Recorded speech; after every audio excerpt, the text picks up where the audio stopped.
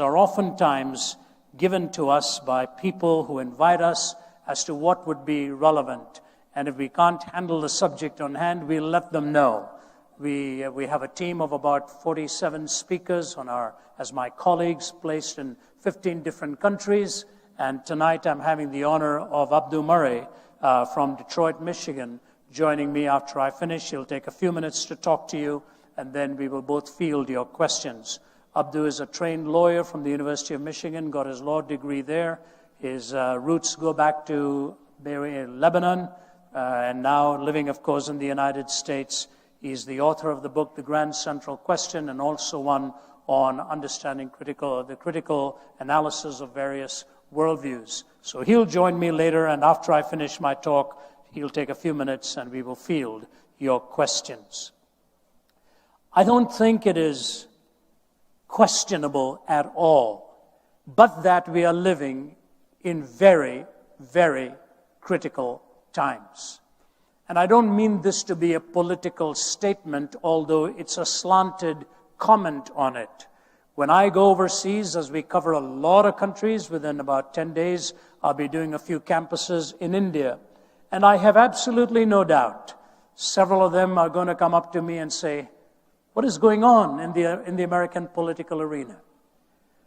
As they watch the debates, as they watch the vitriol, as they watch all kinds of strong language being used and personal attacks being made, rather than ideas being questioned and challenged. We recognize full well that this is a time of crises on the global scene. Many years ago, I was in Syria, about 5-6 years ago, and I was a guest of the chief of intelligence in Damascus. They always called me in whenever I arrived to remind me not to get into the political turmoil of that part of the world. And I always gave them my word. But I looked at the chief of intelligence, surrounded by the military brass, and I said to him, I don't get into the politics of the region, sir, but it would be very helpful to me if you can briefly tell me, what do you think is going on in this part of the world? And I want you to know this was before anything like ISIS, any of the crises that had erupted, before the Arab Spring, and so on. And his answer to me shocked me because it was made in a statement or two. He said, Mr. Zacharias, if things do not change here within the next 5 years, this whole place is going to blow up. If things don't change here within the next 5 years or so, this whole place is going to blow up. And how do you come back with another question on that? The fact of the matter is that there is an incredible uncertainty as weapons of destruction pile up, and those controlling some of those weapons come from backdrops and political structures where they are more demagogically controlled than the will of the people, or some ethical underpinning that drives their passions. And so I want to begin with 2 comments and then lead into a basic backdrop against which I want to address these issues of the 4 major questions of life. It was in the 1970s, I believe, that Malcolm Muggeridge, that prolific writer, made this comment. He said, it is difficult to resist the conclusion that 20th century man has decided to abolish himself. Tired of the struggle to be himself, he has created boredom out of his own affluence, impotence out of his own erotomania, and vulnerability out of his own strength. He himself blows the trumpet that brings the walls of his own cities crashing down until at last, having educated himself into imbecility, having drugged and polluted himself into stupefaction, he keels over a weary, battered old brontosaurus and becomes extinct. Now, the fascinating thing about Muggeridge is that as a journalist and as one who described himself as being fatally fluent, lived an indulgent life, was a latecomer to Christ, also a chaplain of the University of Edinburgh, resigned his position from the chaplaincy when he saw the trend of where education was going, And on the basis of all of that, talked about how we'd created boredom out of our own affluence, impotence out of our own erotomania, vulnerability out of our own strength, and how this weary, battered old brontosaurus keels over and becomes extinct. About a few years before he said that, Dr. Martin Luther King Jr. received the Nobel Prize for Peace. And here was a man who was so articulate and so precise in what he said and impassioned in what he believed. Listen to these words in his speech. I accept this award today with an audacious faith in the future of mankind. I refuse to accept the idea that the isness of man's present nature makes him morally incapable of reaching up for the eternal oughtness that forever confronts him. I refuse to accept that man is mere flotsam and jetsam in a river of life. I refuse to accept the view that mankind is so tragically bound to the starless midnight of racism and war that the bright daybreak of peace and brotherhood can never become a reality. I refuse to accept the cynical notion that nation after nation must spiral down a militaristic stairway into the hell of thermonuclear destruction. Now here's the line. I believe that unarmed truth and unconditional love will have the final word in reality. I believe that unarmed truth and unconditional love will have the final word in reality. So to you as young, bright minds in one of the finest universities of the world, I have this question to you. If our entire educational ethos is built on naturalism and a scientific single vision of ultimate reality, which discipline in that framework gives to you the imperatives of unarmed truth and unconditional love? These are philosophical principles.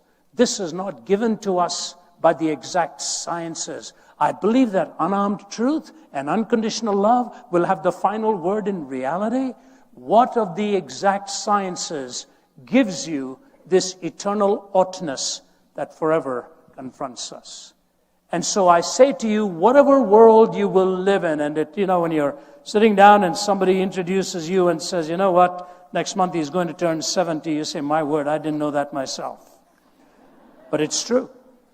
The calendar does not lie. And we are reminded again and again of, as each passing year comes and goes, that the world is changing at a staggering pace. I have no idea what kind of world will be yours 10 to 15 years from now. But I'm hoping it is the kind of world that Dr. King talked about. The bright daybreak of peace and brotherhood. What a glorious thing it would be to have unarmed truth and unconditional love, because truth is the most powerful weapon in the world, and love is the most supreme ethic in the world. Where do we find these? The philosopher who lived between 1844 and 1900 was the German philosopher Friedrich Nietzsche. His father was a pastor. Both of his grandfathers were pastors. But somewhere he clenched his fist at God and philosophically believed it could no longer be sustained. And he wrote this parable. You will recognize it. I will read it for you in extenso, a few paragraphs, because on this I want to build my deductions. Have you not heard of that madman who lit a lantern in the bright morning hours, ran to the marketplace and cried incessantly, I'm looking for God, I'm looking for God. As many of those who did not believe in God were standing together there, he excited considerable laughter. Have you lost him, said one. Did he lose his way like a child, said another. Maybe God is hiding. Is he afraid? Is he afraid of us? Has he gone on a voyage or emigrated? So they shouted and laughed him to scorn. But the madman sprang into their midst and pierced them with his glances. Where is God? He cried. I'll tell you, we have killed him, you and I. We are all his murderers. But how have we done this? How were we able to drink up the sea? Who gave us a sponge to wipe away the entire horizon? What did we do when we unchained this earth from its sun? Whither is it moving now? Whither are we moving now? Away from all suns, maybe? Are we not perpetually falling forwards, backwards, sidewards, in all directions? Do you notice the metaphors he's using here? They are poignant. Are we not perpetually falling? Backwards, forwards, sidewards. Is there any up? or down left? Are we not straying through an infinite nothing? Do we not feel the breath of empty space? Has it not suddenly become colder? Is not more and more night coming on us all the time? Must not lanterns now have to be lit in the morning hours? Do we not hear anything yet of the noise of the grave diggers who are burying God? Do we not smell anything yet of God's decomposition? God's decomposed too, and he's dead. He remains dead, and we killed him.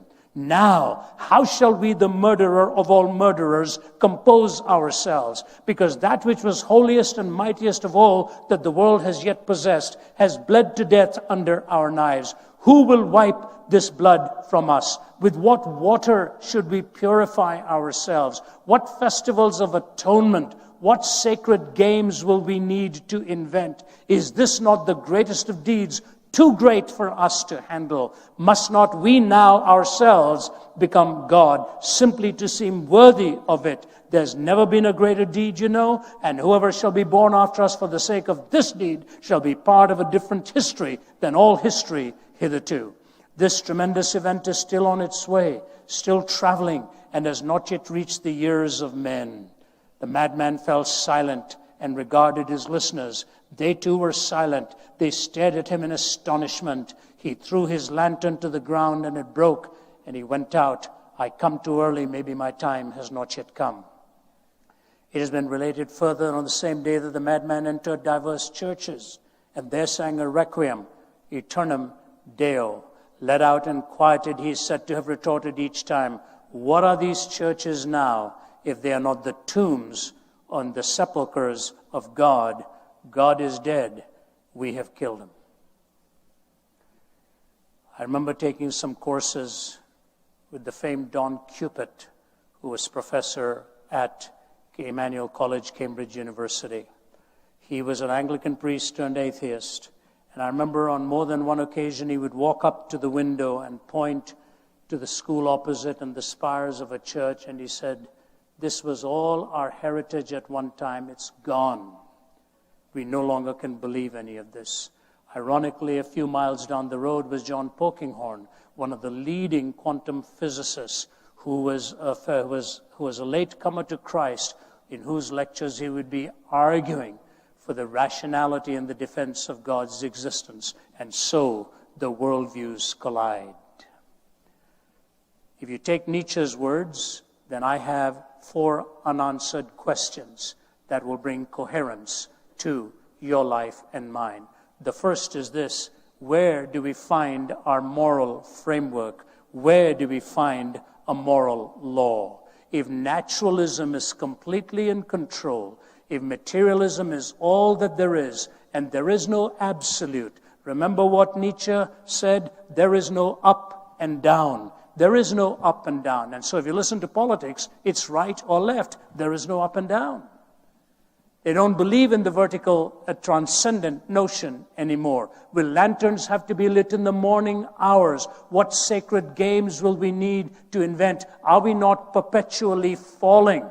As Chesterton said, there's only one angle at which you can stand straight and many, many angles at which you can fall. Chesterton went on to say the tragedy of disbelieving in God is not that you end up believing in nothing. Alas, it is much worse. You may end up believing in anything. And we're testing the angles now. Where is there a moral law? The irony of this is as follows. Adolf Hitler took the Nietzschean phrase of a higher history, took the writings of Nietzsche, personally presented Nietzsche's writings to Stalin and Mussolini, and between these 3 created a kind of a hell in this world. And I've given the illustration so many times, but I never tire of it, because we are always not far away from being forced to repeat the same mistakes. It was in the 1980s, during the Cold War, when I happened to be visiting Poland and Russia. I'd never been to those parts of the world before, and my host in Warsaw took me one day to visit the concentration camp of Auschwitz. I had been to Buchenwald and Dachau and some of the other camps, but they were not death camps, so emotionally I was not prepared for it. And when you walk into Auschwitz, the only thing you hear in those confines, I kid you not, is silence. You don't hear anything. Probably, if I'm being brutally specific with it, the one thing I did hear was a young gal storming out of there and then bursting into sobs and going outside to sit in the front veranda of that building. And when we walked out, I still saw her sitting there holding her face in her hands. She was a young woman. She saw what had happened. You see, at Auschwitz alone, they were obliterating them at 12,000 every day. And Eichmann's comment was that the first time he saw what happened and got the report of a whole lot of them being herded into the gas ovens, denuded, shaven, the head shaven off, and leaning flesh against flesh, already emaciated, they were told they were going into the showers. And when they would be taken into that room and the gas spigots would be turned on, they would only be able to hear one or two people screaming out, gas, and that's all they would hear, and the bodies were literally shoveled out. Eichmann said, as painful as it was the first time, I learned we were now able to disperse of many, many bodies at the same time and do it in the quickest possible way. He said, one death is a tragedy, 1 million deaths is a statistic. But just outside the gas ovens were the words of Hitler. I want to raise a generation of young people devoid of a conscience, imperial, relentless, and cruel. What they did with kids there, what they did with womankind there, as many people were dragged into this onslaught who didn't want to be dragged in, who never realized what they were going into. When I wrote a book called Jesus Talks to Hitler in a great conversation series, I went to Nuremberg with one of my colleagues who's an authority on that to help me with my research. The first thing that struck me in the judgment hall at Nuremberg, just above the tribunal, were the 10 Commandments. And as you leave the hall, above the door, or I forget above or beside it, was the Garden of Eden and the temptation, you shall be as gods, knowing good and evil, meaning defining good and evil. So here was the challenge. Were they going to let God be God, or were they going to become definers of good and evil? Now, the important thing to state here is to understand what I am not saying. I am not saying for a moment that an atheist, by definition, is an evil person, a mass murderer, this and that. That's not what I'm saying at all. I'm just wanting to point out that once you do away with the absolute, once you do away with the existence of God, where do you turn for your absolutes? Where do you turn? How do we get an answer? Probably the most recent work of Sam Harris made a noble effort at trying to talk about the moral landscape. And of course, he transposed positions from talking about morality to well-being. And then he himself concedes towards the end that, yes, we have a lot of psychopaths in the country, about 3 million of them, and a person can be a mass murderer and still be extremely happy. And in a puzzling conclusion, then ends up not really with an absolute, but some kind of a continuum. And so the man today who stands in front of the lens of a camera and uses a sword without even having the courage for his or a face to be seen to behead somebody can also say to you and to me, he is doing this for geopolitical well-being. It's exactly what they believe. I have sat across tables and discussed, dialogued, and asked such questions. And I say the discussion, even amongst philosophers, is a divided house. Kai Nielsen, the renowned atheist from Calgary, we have not been able to show that reason requires the moral point of view, or that really rational persons, unhoodwinked by myth or ideology, need not be individual egoists or classical amoralists. Reason doesn't decide here. The picture I have painted for you is really not a pleasant one. Reflection on this actually depresses me. Pure, practical reason, even with a good knowledge of the facts, will not take you to morality. This is a very outspoken atheist. He says this, even with a good knowledge of the facts, it will not take you to morality. Richard Rorty, if moral imperatives are not commanded by God's will, and if they are not in some sense absolute, then what we wish to be is a matter simply of what men and women decide should be. There is no other source of judgment. Two renowned atheists. Bertrand Russell says, you know what? I cannot live as though ethical values were simply a matter of personal taste, but I find my own views incredible. I do not know what the real solution is. There has to be a rational justification above all of our differences. And this is especially important for America at this time in her history, where pluralism is a design, and it is a good design.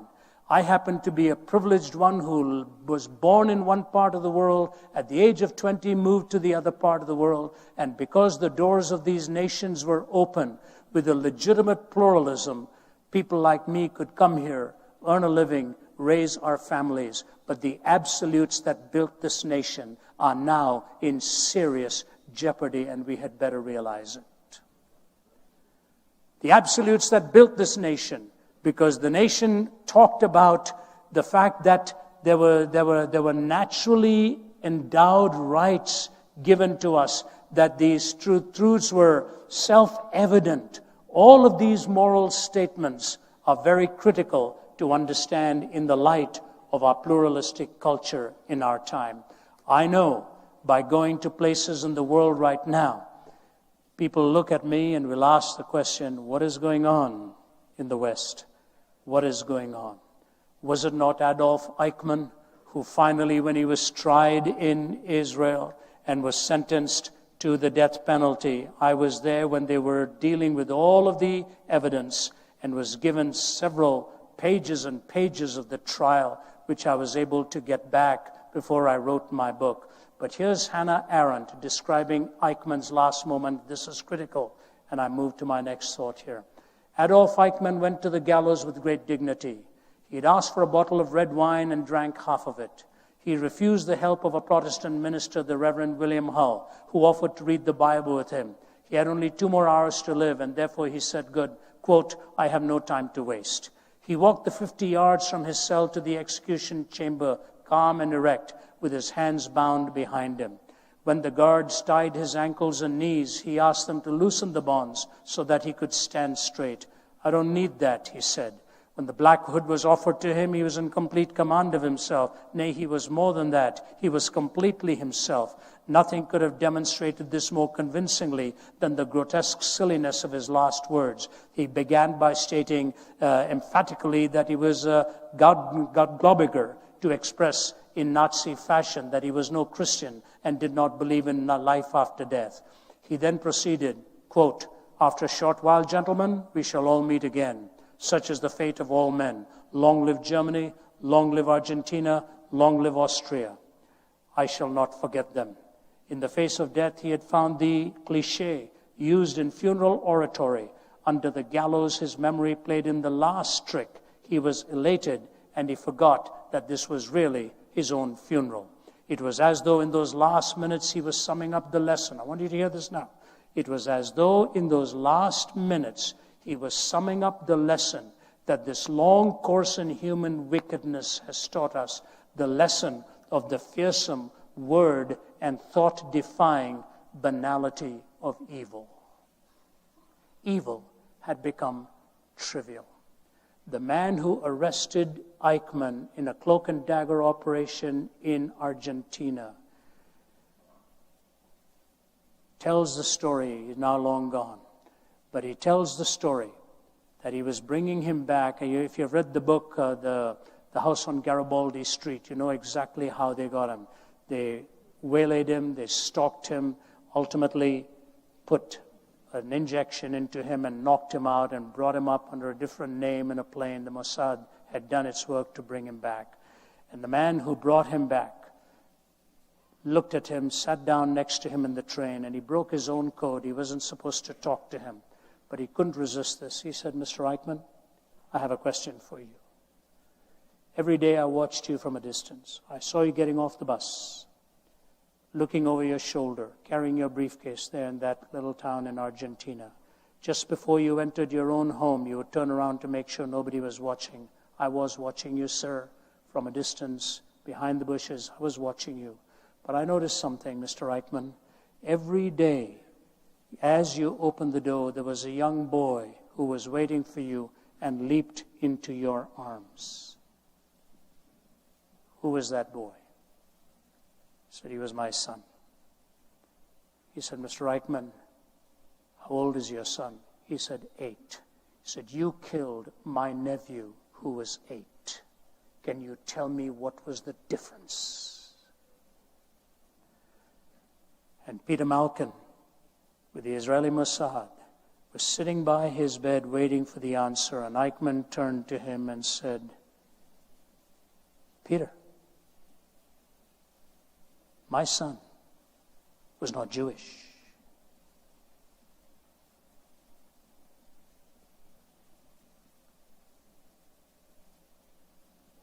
Malcolm said he got up from there and walked away and sobbed with uncontrollable tears. He never wanted to see this man again. The bright daybreak of peace and brotherhood had not yet become a reality. Where are we going to turn from moral law? Where am I going to find your value and my value? If you don't have essential value, we are dependent upon the state to give us value. You know, Moses gave the people 613 laws. David reduced it to 15. Isaiah reduced it to 11. When Jesus was on the earth, they asked him, which is the greatest commandment? Jesus could have very easily said one. He didn't. He said that you shall love the Lord your God with all your heart and all your soul and all your mind and all your strength, and you shall love your neighbor as yourself. He said on these 2 commandments hang all of the laws and the prophets. That you and I are made imago Dei, the image of God, is a unique truth to the Judeo-Christian worldview. In the same chapter in the Bible, there's a conversation between a man who comes to Jesus and said, is it all right to pay taxes to Caesar? How wonderful it would have been if Jesus had said no. Jesus said, do you have a coin? The man said, yes. He said, give it to me. He held the coin out to him and he said, whose image is on this? The man said, Caesar. He said, give to Caesar that which belongs to Caesar, and give to God that which belongs to God. The man should have had a follow-up question. The follow-up question should have been, what belongs to God? And Jesus would have said, whose image is on you? Whose image is on you? This is what gives you your unique essential worth. In a moral framework that moves horizontally, without moving vertically, there is no essential worth. There is no eternal oughtness that forever confronts us. I have no right to violate you as an individual. I have no right to violate your property. I have no right to invade your life because you are made in the image of God. You have a right to make your choices. I have no right to stand in the way of your choices either. But the choices will always have consequences. And so what I say to you is, God gives you the greatest compliment in telling you you're made imago Dei. And Jesus Christ takes that so specifically. He says to you that your body and mine are the temple of the living God. We don't go to the temple. We take the temple with us. This is inviolable. The moral law that Martin Luther King talks about, the eternal oughtness. And you know, people often say, yes, he was very much inspired by Mahatma Gandhi, which is true. Mahatma Gandhi's life in ahimsa, nonviolence, had a lot of an inspiration. But let me tell you 2 things about that. Mahatma Gandhi would never have used the term unconditional love. Because that is very much from the Judeo-Christian worldview. And Gandhiji carried a New Testament wherever he went and often would quote from the Sermon on the Mount. And it is fascinating that in one of Gandhi's homes in India is a quote by Bertrand Russell. And outside that home, the banner says this: it is doubtful that the Mahatma would have succeeded in his effort except that he was appealing to people with a Christianized conscience. So here was an atheist, applauding the success of a pantheist because of appealing to the conscience of a theist. You see how important it is to understand that a moral law has to have this transcendent value. But secondly and quickly, not only is the question of a moral law unanswerable from a horizontal perspective, Guy Nielsen sustains that. Even J.L. Mackie argues for the struggle.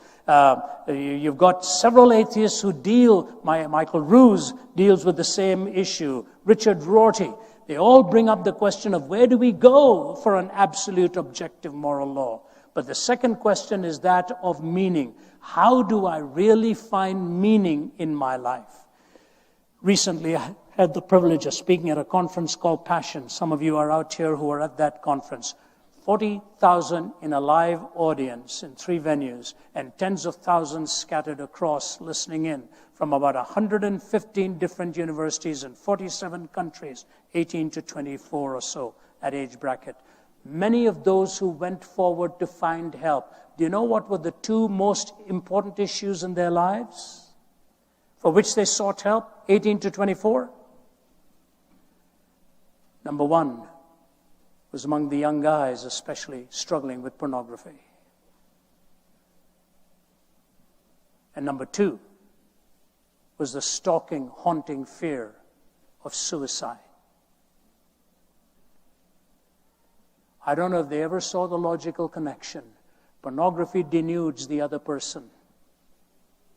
Doesn't just disrobe, denudes the other person in exchange for a feeling. The person who's hooked by it is not looking for a person. The person who's hooked by it is looking for a feeling ultimately that no one person in the world can satisfy. And once you have robbed the other person of any value, you ultimately denude your own self, and there is no purpose and meaning found. Now, that logical connection wasn't there in my life, but the end result still was. I came to know Christ on a bed of suicide when I was 17 years old in Delhi because I had no meaning in my life. I didn't care what anybody was saying to me. It all didn't add up. It simply didn't make sense. People say, what does meaning really mean? It's a long talk one can give on its own, but let me just tell you, meaning is found with 4 components. A sense of wonder. We watch children reading fairy tales and being read to in fairy tales, and the enchantment is awesome. They want this sense of wonder. But as they grow up, they begin to struggle, and they say the fairy tales are not true. They were merely fantastic. They were mere fantasy. Now they're looking for that which is fantastically true. Wonder, truth. Thirdly, the experience of love. And finally, the knowledge of security. If you're really looking for meaning to build a coherent worldview, you're going to have these 4 components: wonder, truth, love, and security. I will deal with just one of them as I bring my message to a close. But here it is, this sense of a moral law that we cannot find, the quest for meaning that we hunger after. Let me give you an illustration of this. One existentialist writer wrote a play a long time ago called The Adulterous Woman. A woman who had just wanted to flirt with all this kind of stuff, but she had held back and never indulged in it. So her husband takes her into a town where he's dealing with his works and jewelry and all of that. At the end of it, he comes back exhausted, and he is in bed, and the woman thinks to herself, everything I saw in town, tonight's my night to have a last fling. I will never have it again. And he's sound asleep. She wakes up, gets dressed, goes out into the night, and expends herself in ways she had never, ever dreamed. She spent herself into pleasure and exhausted with pleasure. She comes back in the early hours of the morning, opens the door while he is still sound asleep. She slips under the covers, but there's a big problem. She cannot fall asleep now. On her pillow, the tears are rolling down the side of the face. And her husband hears the sobs and wakes up and looks at her and said, what's the matter? She brushes him aside and says, nothing, just nothing. See, the loneliest moment is when you have just experienced that which promised you the ultimate and it has let you down. The loneliest moment is when you've just experienced that which has promised you the ultimate and it has let you down. I look at you tonight as young students and I say, and you're really the primary reason I'm here, by the way, because I care for the student world. I care for the young life that is living today, almost skidding out of control with no answers. The meaning that Christ offers to you is a meaning in a personal relationship. Justice Antonin Scalia just passed away last week, and some of the channels were playing some of his major speeches. He was considered one of the brightest intellectuals on the Supreme Court bench. Whether you agreed with him or not is not the issue here. Even those who disagreed with him were good friends and said the man was made of sterling character. And in his speech, I was just puttering around the house, and I heard him make 3 statements back to back, and I thought, what on earth is this about? He was behind the lectern. He said, I want you all to hear me. He said, sophisticated thinkers can believe in God. That's what he said. Next statement, sophisticated thinkers can believe in a personal God. Third statement he made, sophisticated thinkers can believe in the person of Jesus Christ, the very Son of God. And meaning comes ultimately in finding the sacred that binds the diversity of your proclivities and gives it that homogeneity of a supreme expression that is bound by the skin of the sacred. The sacred is what gives life meaning. So you know where the boundaries are. You know where the purpose is. Moral law, unanswered. Where do we find the sacred? And if we don't find the sacred, we have no meaning. Where are the answers? Thirdly, and quickly I say to you, what about hope? Where is hope really found if life ends in the grave? One of my great privileges is to speak to our military bases. I'll be doing 2 or 3 of them this year. I've always gone there to minister to our men and women in the armed forces. Whenever it is finished, they always line up and will talk to me to have a word of prayer and talk about the dangers with which they live. I was led into this when I was 25 years old, speaking in Vietnam.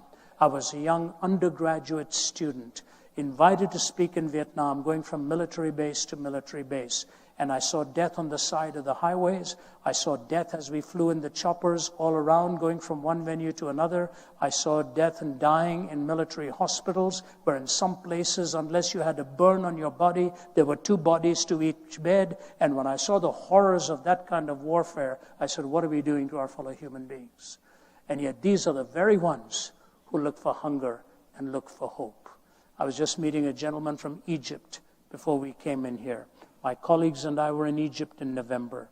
And one night we spoke to a large number of young people. On that given night alone in Cairo, over 500 young men and women responded to the invitation to follow Jesus Christ. Their life had been empty. They realized the moment had come to see what it is that Christ offered to them. And before I move to my final thought, I had a dialogue with Sheikh Hussein, the leading Shia cleric in Syria. He sat from the table there with an interpreter, always kept addressing me as professor, even though I told him I wasn't a professor. But he kept respectfully calling me Professor Zacharias, Professor Zacharias. He would ask me a question about my faith, I would answer him. I would ask him a question about his faith, he would answer me. What a marvelous moments they were to dialogue cordially with somebody of a different worldview. And people listening to this for nearly 3 hours. When it was over, he leaned forward and said something through the interpreter. I said, what did he say?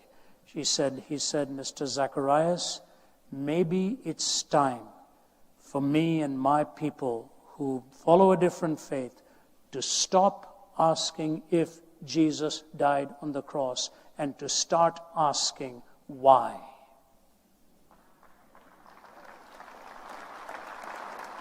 I said, Sheikh Hussein, may I quote you on that, sir? He said, yes, you may. You have to ask yourself the question, in the gospel narrative, the cross is central. Why? Because your greatest need is not for a political leader. Your greatest need is not for the best of education. All of those are important. But your need and my need, the greatest need we have, is deep within our own heart, where evil stalks and seeks to take over. Our greatest need is for a Savior. Our greatest need is for a Savior. No moral law, no meaning, no hope. And lastly, I say, the supremacy of the ethic of love. The supremacy of the ethic of love. Think of this. Where do we go to understand love? Would you allow me just a personal illustration of this? Winston Churchill was once asked by a corporal, Mr. Churchill, have I ever talked to you about my grandchildren? Churchill said, no, and I want you to know how much I appreciate it. So I won't bore you with my grandchildren's stories, but since I'm not Churchill, can I tell you at least one? I have a 4-year-old grandson. His name is Jude. I don't know where he gets his vocabulary from. I really don't. One day he leans over at the dinner table a few months ago and he says, Papa, what is the meaning of sophomoric? I told my daughter, you better watch this guy. If he's using the word sophomoric, which I didn't even understand till I was in my 20s and was probably very sophomoric in my behavior at that time. But one day his mother, when he was about just a little over 3, his mother had lost her car keys. And she's looking around the house and can't find it. And she slapped her forehead and said, I must be losing my mind. Jude comes over in front of her, looks her in the eye and says, Mommy, whatever you do, please don't ever lose your heart, because I'm in there.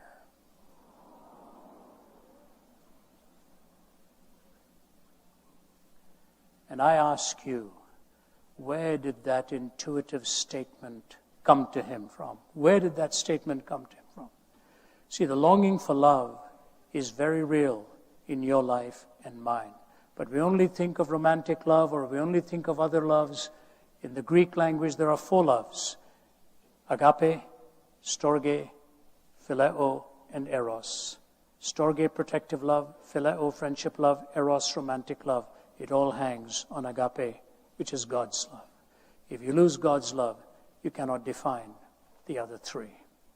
And so the love that you and I long for, that binds it all together for you and me, which is something that, by the way, Bertrand Russell himself said he never found in life.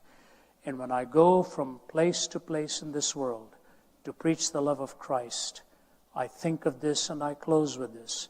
In John 3:16, the Bible says, For God so loved the world that he gave his one and only Son, that whosoever believes in him should not perish, but have eternal life. About 25 words, depending on which exact translation you use. About 25 words. What do you have in all of that? You have that which is causal. God so loved the world that he gave his only Son. You have that which is filial. You have that which is sacrificial. You have that which is relational. You have that which is eternal. And it is all bound up in the judicial. It is all bound up in the judicial. Causal, filial, relational, eternal, sacrificial, all bound up in the judicial. We say we are a country of laws. I say to you, God is the one in whom there is no contradiction, and the moral law is an intrinsic part of his character. Everything in love, everything in sacrifice, everything in relationship, everything that he offers to you and me is built within the legal framework of God's being, in whom there is no contradiction. Where there is contradiction, there is breakdown. So in these 4 issues alone, of law, meaning, hope, and love, they are the unanswered questions of naturalism. There is no objective source of defining them. In the Judeo-Christian worldview, they correspond to reality in measuring it. They cohere in a worldview. And so I present to you that option as worthy of your investigation. That's why Jesus said, I am come that they might have life and have it more abundantly. We'll have a chance to take your questions. May God richly bless you. Thank you.